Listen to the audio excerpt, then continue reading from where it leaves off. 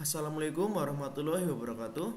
Perkenalkan, nama saya Aji Prasetyonugroho dengan NIM 221110409, kelas S1 SE 062. Di sini saya akan mempresentasikan tugas besar dari mata kuliah manajemen proyek dengan nama tugasnya sendiri yaitu Project Management Plan dengan Faunaria sebagai nama project yang sedang saya buat. Oke. Apa sih itu Faunaria? Faunaria adalah sebuah inisiatif yang bertujuan untuk menyediakan ruang daring yang aman, terpercaya, dan efisien bagi masyarakat dalam jual beli serta lelang fauna secara legal. Faunaria melambangkan sebuah tempat atau platform yang ramah, menyenangkan, dan mendukung kelestarian fauna. Nama ini mencerminkan misi platform untuk menyediakan ruang yang aman, ramah lingkungan, dan penuh tanggung jawab untuk transaksi fauna yang sah. Lalu manfaat dari platformnya itu sendiri ada: satu, meningkatkan aksesibilitas bagi penjual dan pembeli fauna. Kedua, mendorong transparansi dalam proses lelang dan transaksi. Ketiga, memastikan keberlanjutan lingkungan dengan mematuhi peraturan perdagangan fauna yang sah.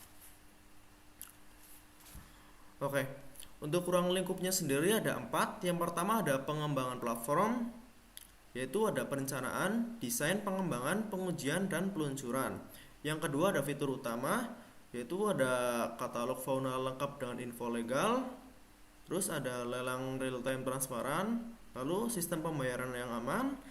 Yang keempat, verifikasi legalitas fauna yang mencakup sertifikat, izin, dan lain-lain.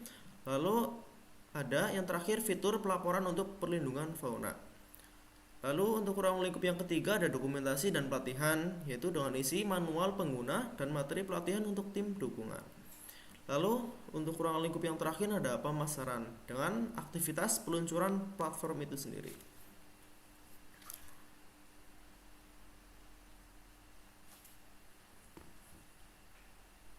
Oke.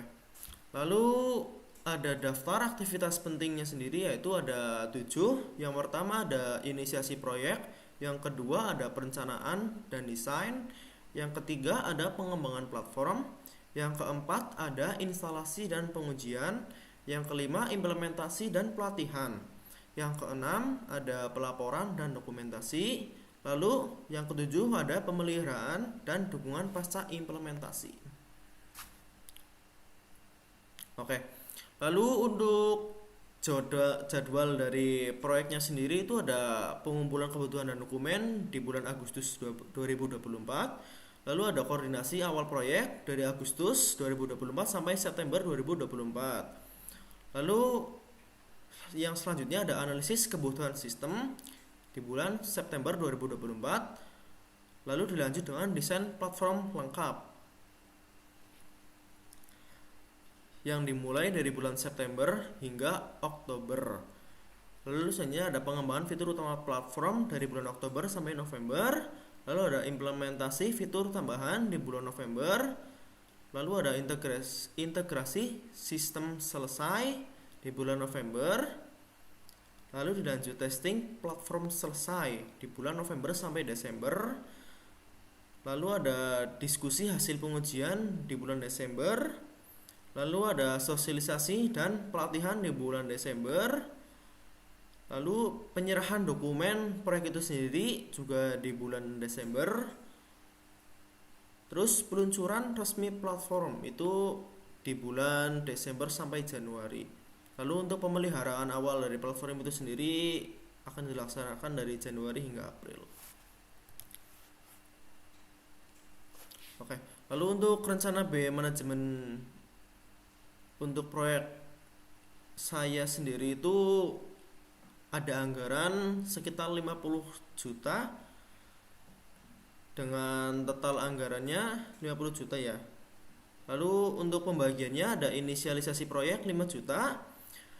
Lalu ada perencanaan dan desain 7,5 juta. Lalu ada pengembangan platform ada 20 juta. Lalu ada instalasi dan pengujian 7,5 juta. Lalu ada implementasi dan pelatihan 5 juta. Lalu ada implementasi dan pelatihan 5 juta.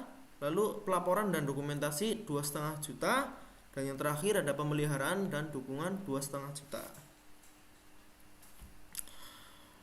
Lalu ada register resiko dan mitigasi. Itu ada 4 resiko sendiri yang sudah saya coba cari. Untuk proyek saya sendiri itu ada 1, keterlambatan jadwal. Dengan mitigasinya sendiri yaitu untuk menerapkan kontrol jadwal yang ketat dan melibatkan tim secara aktif. Yang kedua ada kegagalan teknologi. Dengan mitigasinya sendiri ada mengadakan pengujian intensif dan memiliki rencana kontingensi teknis.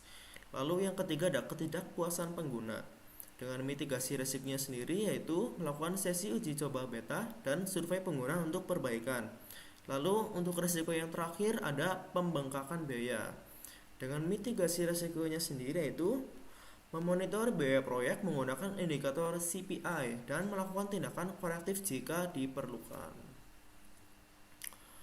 Oke, mungkin sekian presentasi tugas besar dari saya. Untuk kurang lebihnya saya mohon maaf.